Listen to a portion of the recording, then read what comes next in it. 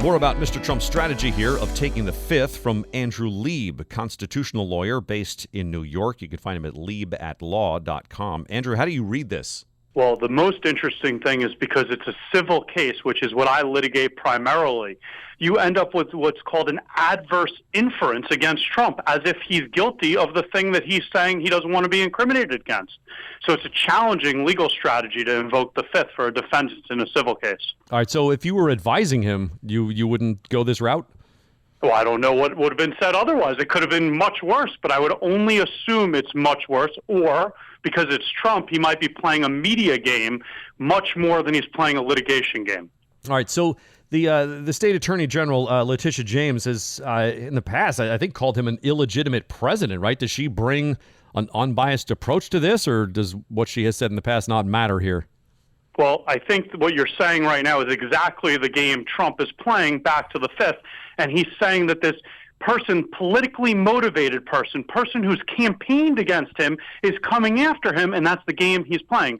But at the end of the day, it doesn't matter whatsoever in front of a judge. What matters is, does she have the goods, and can she meet her burden of proof, which you have to do in a civil case?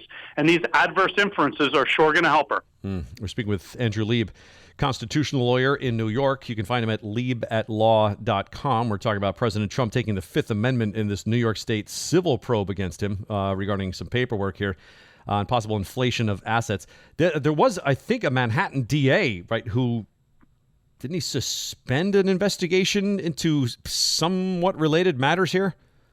I'm not sure it was actually suspended. What happened was there was a corollary criminal investigation. This is civil by the AG's office. There was a corollary criminal investigation on the former DA in Manhattan. A new one came in, and he didn't go forward, and then he had two of his top prosecutors leave the office based on that. I think they're still saying it's active, although we haven't seen anything, and the grand jury has already been released. Right. Now that rings a bell. All right. So with regards to the civil case here, what could happen to Mr. Trump? What does he face? Well, I have a question myself, actually, and this is just a statement overall that I'm not sure about. Because in a civil case particularly, if you want to invoke the fifth in a deposition, as you know, I'm sure a deposition means you're asking questions under oath. You can't say a particular question, a stream of questions in the future are going to involve you incriminating yourself. Mainly, you have to invoke the fifth each time a question's posed. For illustration, one of his sons, they're saying, invoked the privilege 500 times in a deposition. So I'm wondering how he blanketly said that there's a Fifth Amendment privilege. So what could he face? He could face Letitia James going to the judge right now, assuming he blanketly did it, which we don't know. It seems that way, as it came out so early, and saying, hey, he has to hear each question before he invokes it. You can't just walk in and say, I'm not answering anything, Fifth Amendment. Wow.